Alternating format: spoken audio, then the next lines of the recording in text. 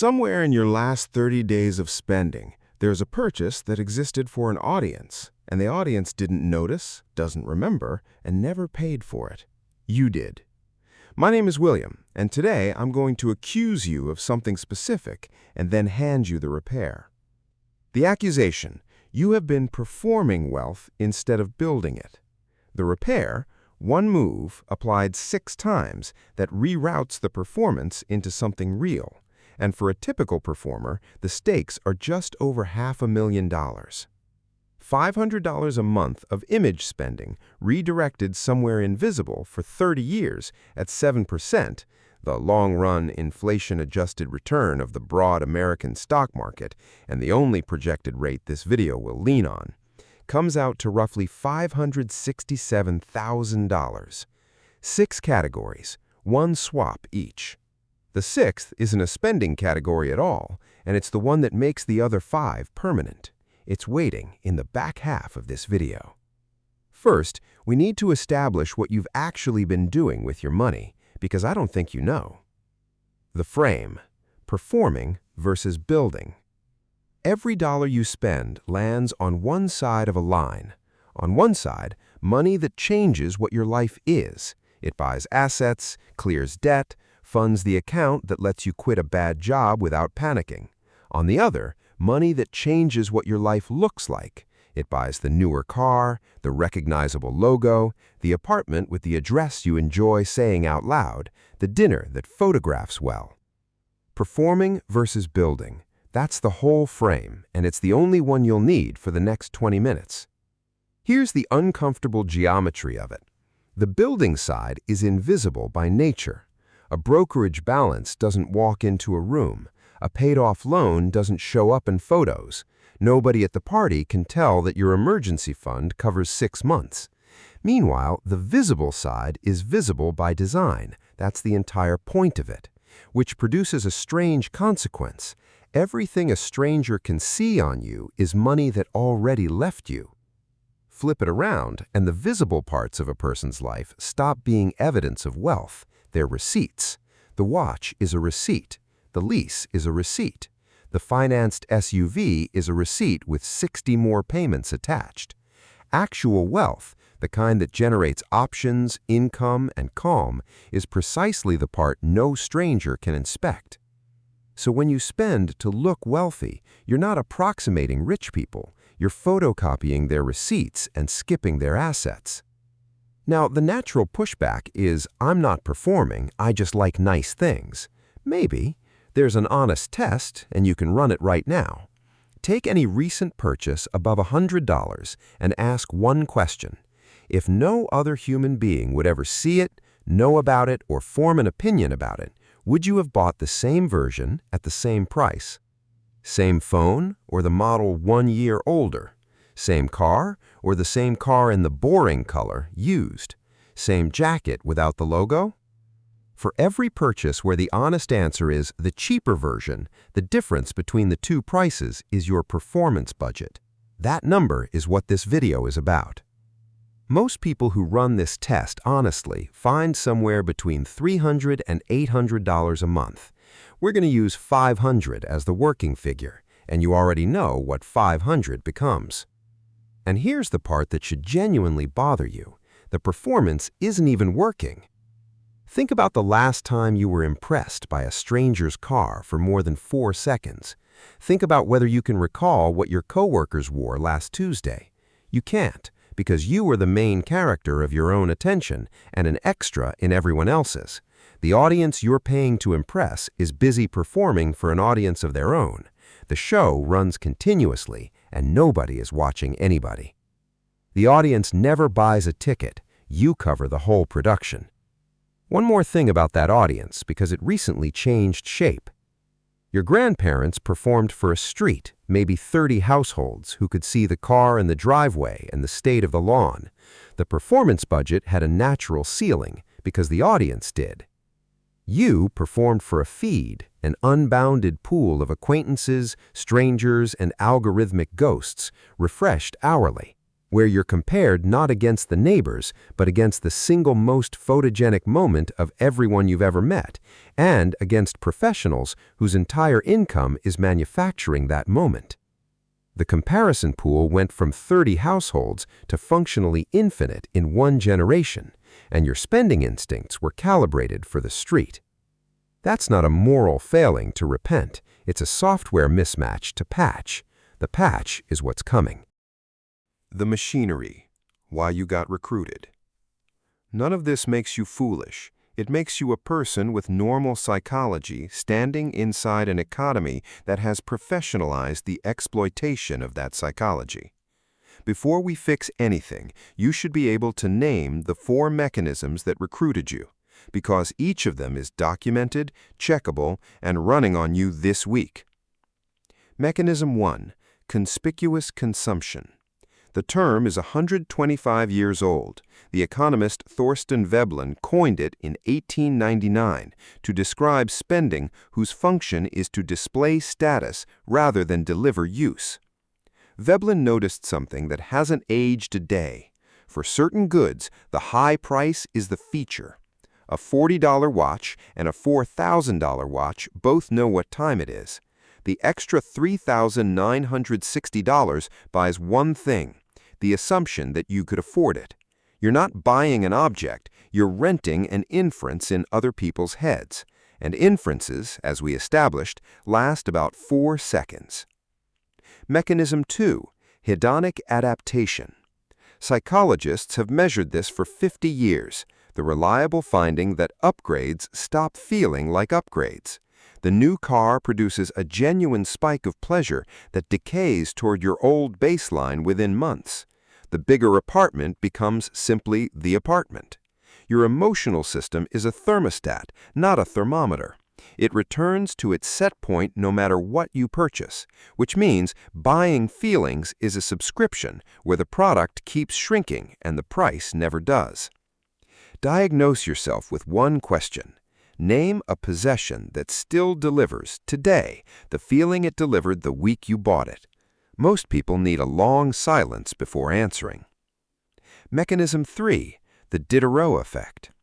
In 1769, the French philosopher Denis Diderot wrote an essay about receiving a beautiful scarlet dressing gown as a gift, and then watching it bankrupt him. The elegant robe made his desk look shabby, so he replaced the desk. The new desk shamed the chair. The chair indicted the rug. One free luxury item recalibrated his standard for everything adjacent to it, and he spent himself into debt, matching his possessions to each other. Sociologists named it after him, and you have lived it. The new car that suddenly demands the premium parking spot, the nice watch that makes your other clothes feel wrong, the renovated kitchen that exposes the living room. Upgrades hunt in packs. When you price a visible purchase, you are never pricing one item, you're pricing the ecosystem it will demand. Mechanism 4, payment decoupling. Your brain registers the pain of paying, and modern payment systems are engineered to anesthetize it.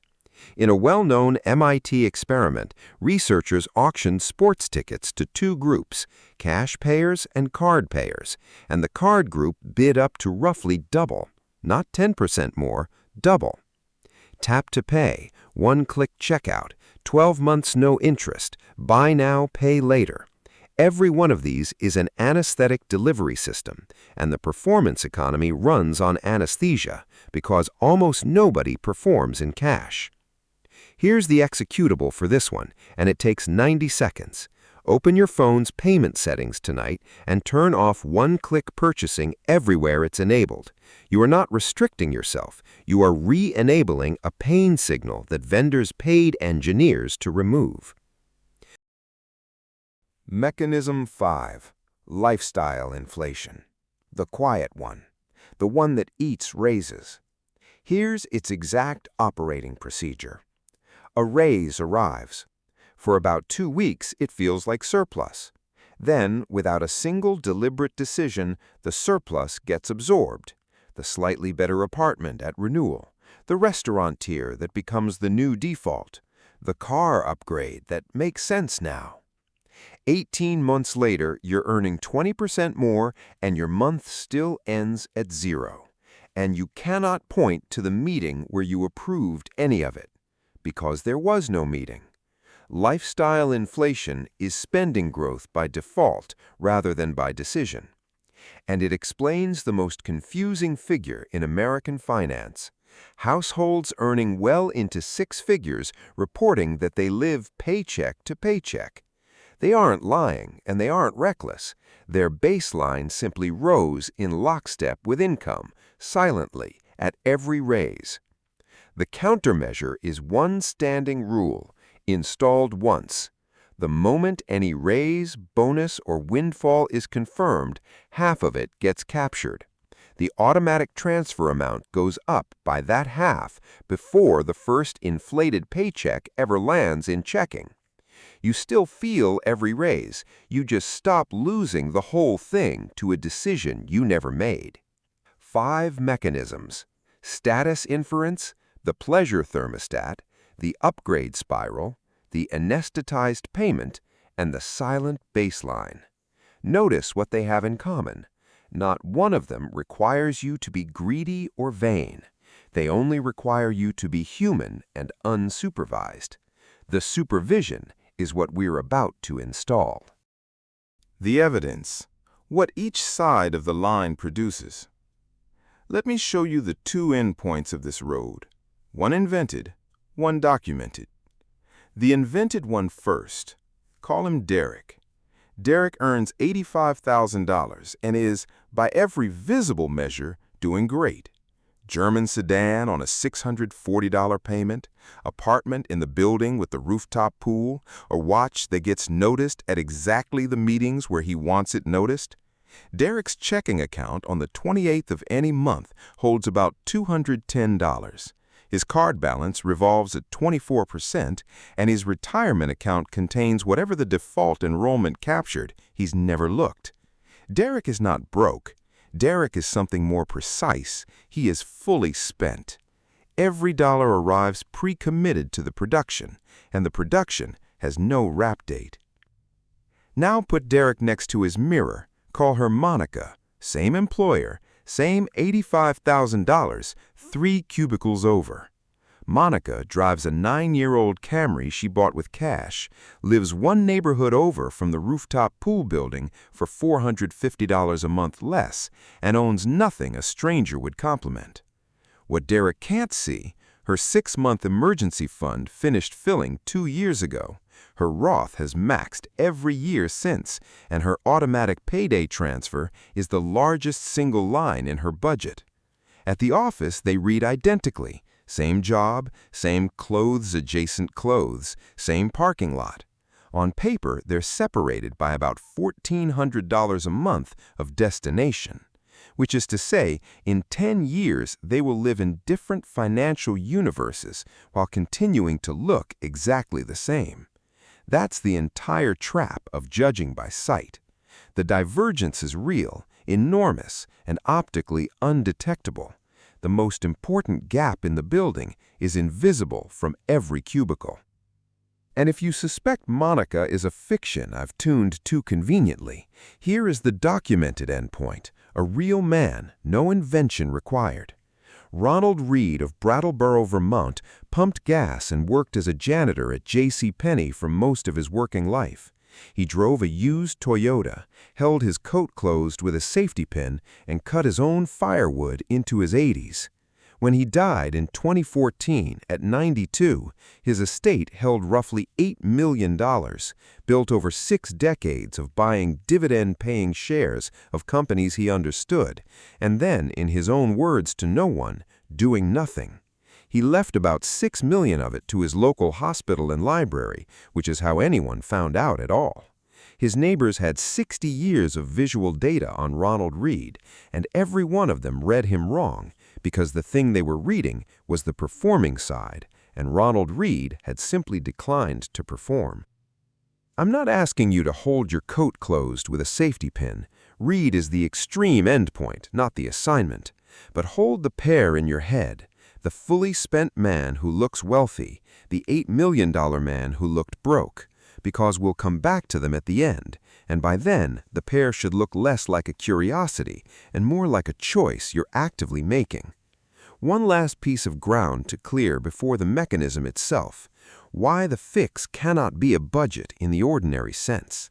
The standard advice, track everything, try harder, feel appropriately guilty, asks your willpower to out-wrestle 5 documented mechanisms every single day forever, and loses for the obvious reason that willpower is a daily coin flip while the machinery never sleeps. Structure beats resolve. A rule you set once that executes without consulting your mood wins every day by default. A resolution you must re-win each morning eventually meets a bad morning. So everything that follows is built to be decided once and then run automatically. The design principle is that future you, tired and marketed at, should be structurally unable to lose money to a Tuesday. Which brings us to the mechanism this video promised you. The swap, the move itself. Here is the entire repair in 3 sentences. For every visible spending category, you set a written cap, the amount that serves you, chosen as if no audience existed. The gap between that cap and what you've been spending doesn't stay in your checking account because money left in checking is money pre-sold to the performance. Instead, it moves automatically on payday into an instrument nobody will ever see. Same income, same month, same you, different destination. That's the swap. Not deprivation, redirection. You're not spending less on yourself, you're firing the audience and keeping their share. The performance budget becomes the building budget, dollar for dollar, and because the transfer is automatic, it survives your moods, your Diderot spirals, and your anesthetized thumb.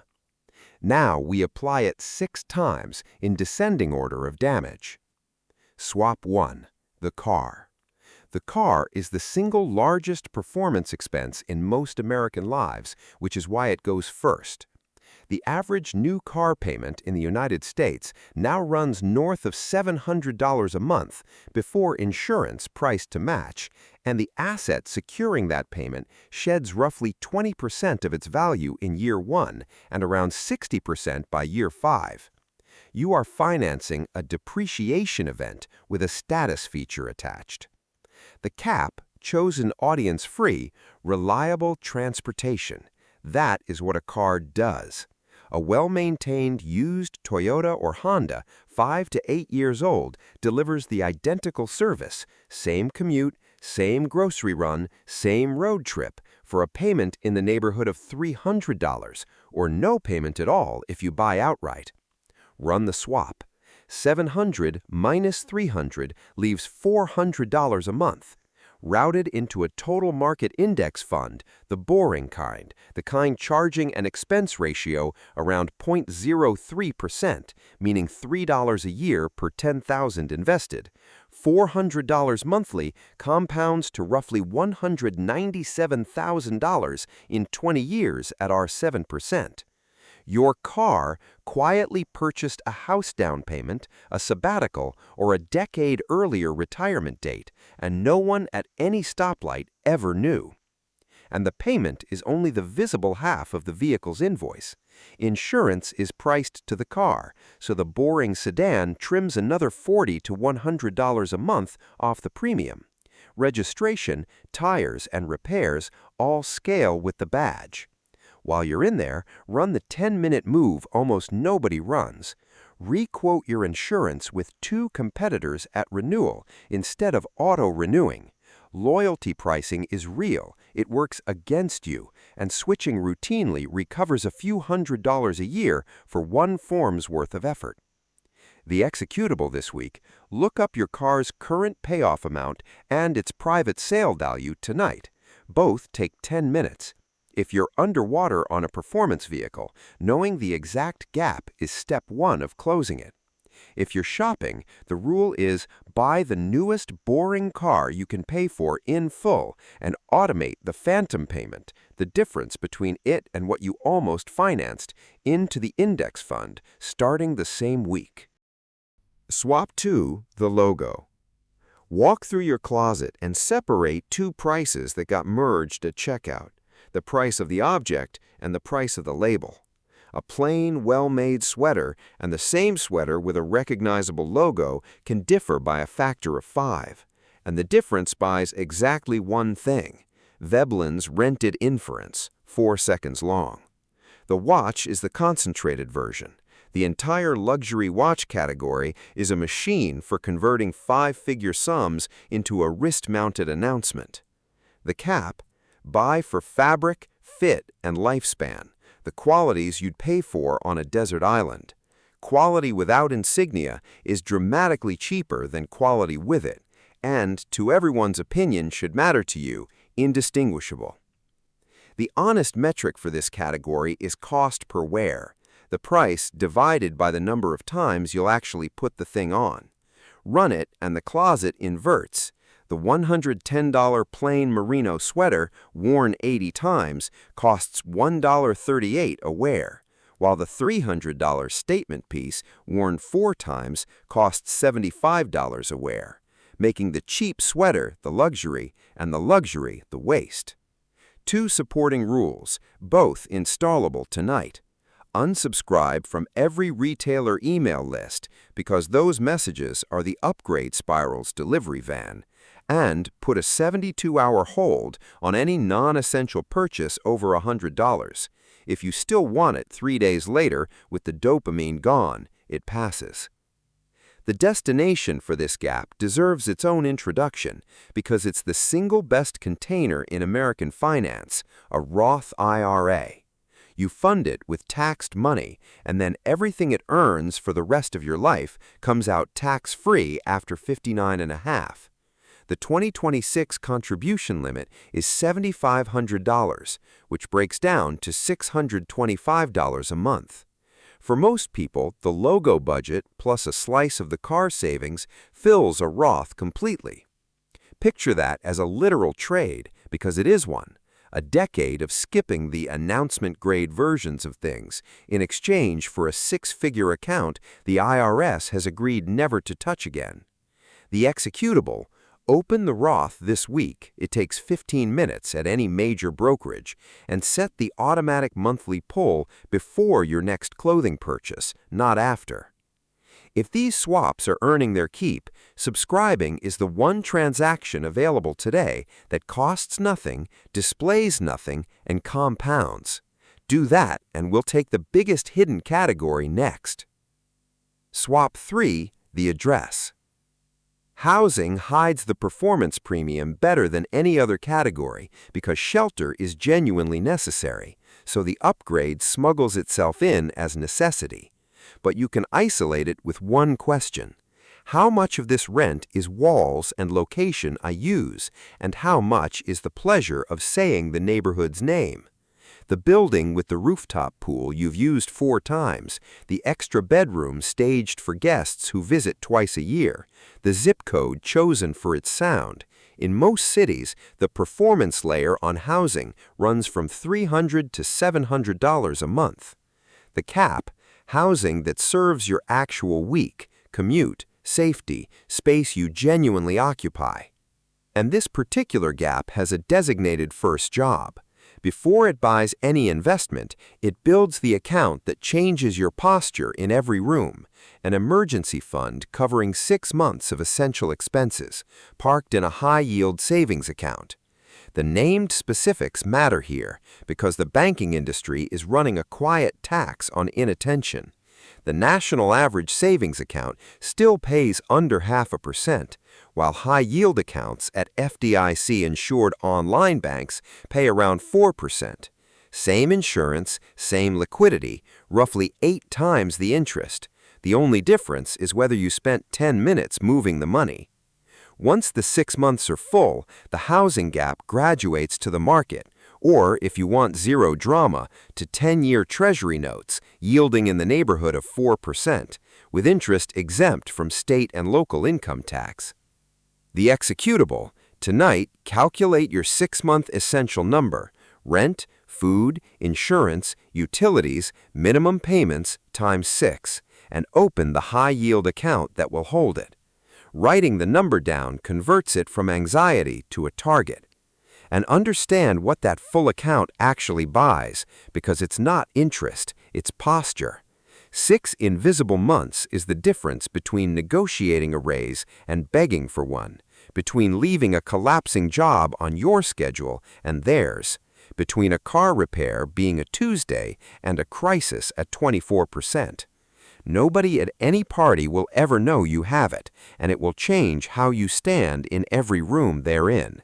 That's the recurring joke of the building side. Its least visible products do the most visible work on you. Swap 4. The table. Food and travel are where performing gets philosophically slippery, because the experience is real, the meal is delicious, the trip is genuinely lived. So the swap here is not about staying home, it's about separating the experience from its broadcast. Ask the desert island question again, tuned for this category. Would you have chosen this restaurant, this dish, this resort, if you couldn't mention or post it? The gap between the trip you'd take invisibly and the trip you take publicly, the photogenic premium, commonly runs $150 to $400 a month once the dinners, the upgraded rooms, and the destination chosen for the caption are totaled honestly. It helps to know what the broadcast tier actually charges, mechanically. Restaurant margins live in the markup, roughly 3 to 4 times ingredient cost as the industry norm, with alcohol running higher still, which means the $19 cocktail contains about $3 of liquid and $16 of room. Photogenic venues price the room hardest because the room is the product being posted. None of this makes restaurants villains, it makes them sellers of atmosphere, and you, a buyer who should occasionally check what percentage of the bill was dinner and what percentage was set design. The destination for this gap is the humblest instrument in this entire video and one of the most effective, the sinking fund. Take the real annual cost of the things you actually love, the yearly trip, the holidays, the concert run, divide by 12 and automate that amount into a separate named savings account every payday. Divide by 12 is the whole technology. What it kills is the December credit card spike and the vacation that follows you home at 24% interest. You will still eat wonderfully and travel well.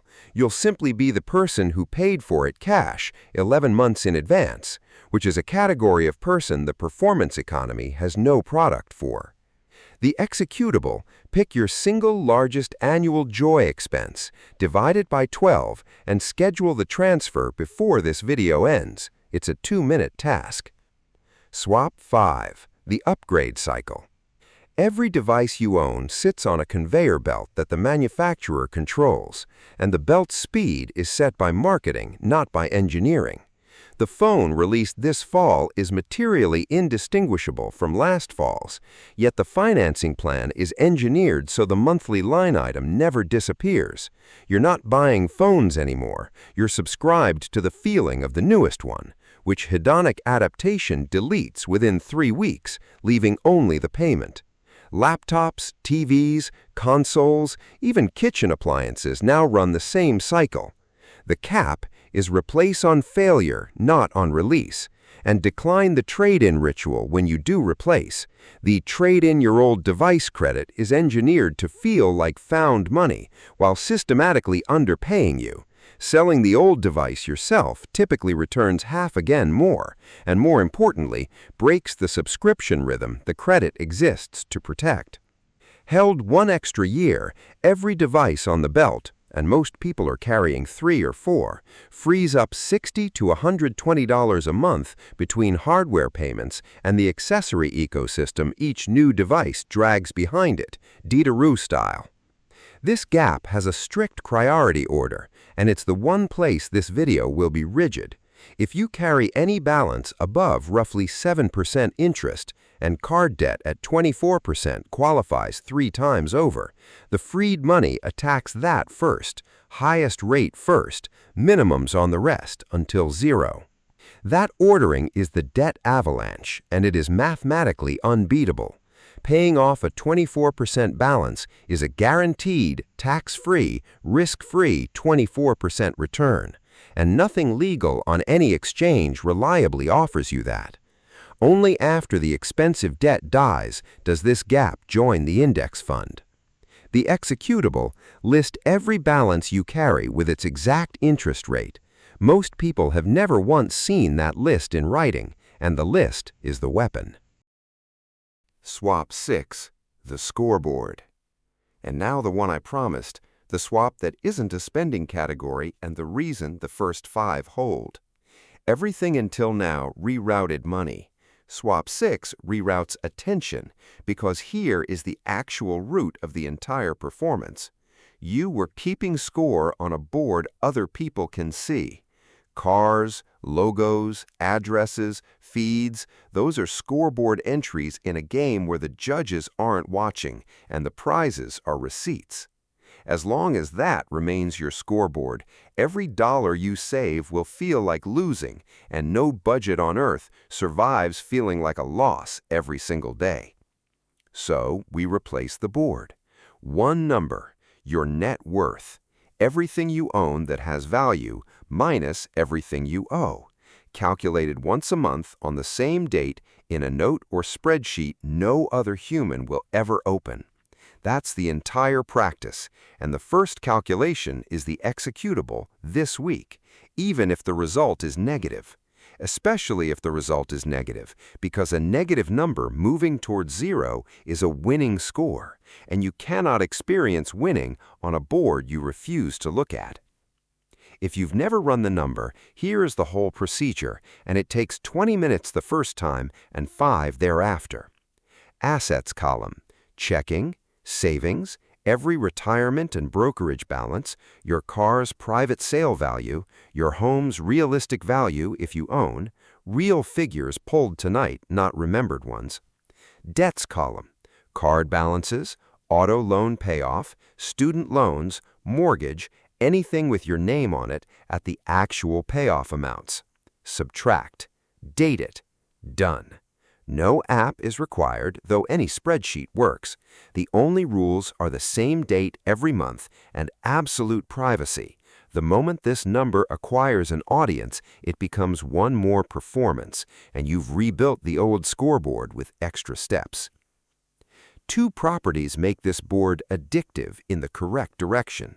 First, every prior swap now registers as points. The avalanche payment moves it. The Roth transfer moves it, the boring car moves it, and the logo purchase you skipped moves it, visibly 30 days later, in a way the old scoreboard never once credited. Second, it recruits the strongest free money in the country onto your side. If your employer matches 401k contributions, the common formula is 50 cents per dollar up to 6% of salary. Every matched dollar is an instant 50% return that posts to your board the month it happens. The 2026 employee contribution limit is $24,500. You don't need to reach it. You need to never leave a matched dollar unclaimed, because turning down a 50% return to fund a 4-second inference is the single worst trade in personal finance. Watch what happened across these 6 moves. Not one of them asked you to earn more, suffer visibly, or explain yourself to anyone. The money was already there, performing. You just changed its destination and changed what counts as winning. 3 habits and a receipt. 20 minutes ago, I accused you of performing wealth. The accusation stands, but it now comes with a working repair. And everything you've heard compresses into 3 habits. Habit 1. The invisible account gets paid first, automatically on payday. The transfer you never touch is the only one that survives you. Habit 2. Every visible category carries a written cap, chosen as if no one were watching, because, as we established across 20 minutes, functionally no one is. The caps aren't punishments. They're the prices you'd chosen anyway, back before the feed got a vote. Habit 3 is the one I can't perform for you, and you've already guessed it. Tonight, alone, you calculate the score, the real one, and you let one private number replace the entire audience. Remember Derek and Ronald Reed, the fully spent man and the invisible 8 million? Understand what that pair actually is, not two personality types, but two destinations of the same paycheck, 10,000 small swaps apart. Derek's sedan and Reed's used Toyota drove the same roads. One of them was a receipt. The other was a rounding error on a fortune nobody was shown. And that purchase from your last 30 days, the one that existed for an audience, you've known exactly which one it was since the first minute of this video. It already told you which side of the line you've been living on. The next 30 days get to answer differently.